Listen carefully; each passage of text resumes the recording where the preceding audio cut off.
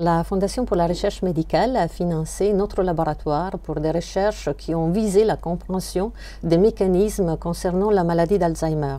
Cette maladie d'Alzheimer est un problème de santé publique, comme vous savez, et c'est une maladie caractérisée par une démence sévère qui peut être mortelle. Cette démence est caractérisée par un dysfonctionnement des cellules du cerveau, donc des cellules neuronales, qui peut aller jusqu'à la mort de ces cellules, donc à la mort neuronale. Notre laboratoire était et est encore spécialisé dans l'étude des mécanismes qui contrôlent la fonction et la survie, donc aussi la mort cellulaire.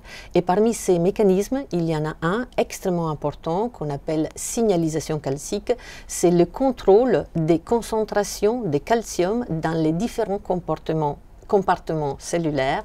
Or, nous avons pensé que cette signalisation calcique pouvait être dérégulée dans la maladie d'Alzheimer et jouer un rôle clé dans le dysfonctionnement de neurones et dans la mort cellulaire en fin de course.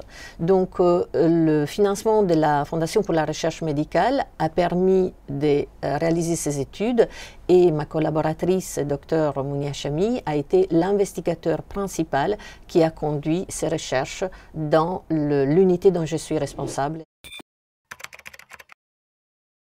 Il faut savoir que la maladie d'Alzheimer est caractérisée par l'accumulation et l'agrégation de protéines toxiques, notamment la protéine amyloïde bêta en extracellulaire, formant des agrégats connus sous le nom de plaques amyloïdes, aux plaques séniles.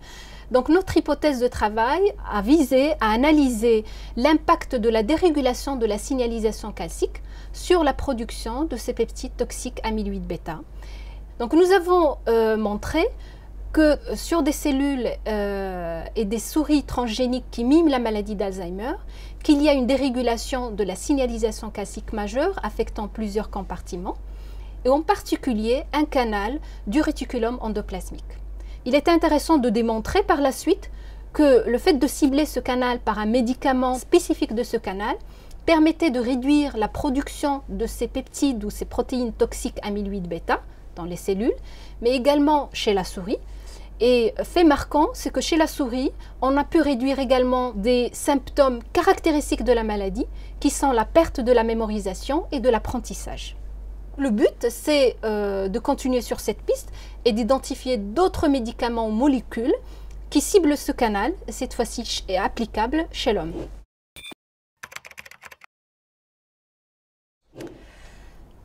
L'aide de la Fondation pour la recherche médicale a été déterminante parce que il est très difficile d'obtenir des financements pour plusieurs années qui nous assurent les moyens de réaliser un projet de A à Z. Il s'agit d'études très coûteuses, d'appareils spécifiques extrêmement coûteux pour analyser la signalisation calcique.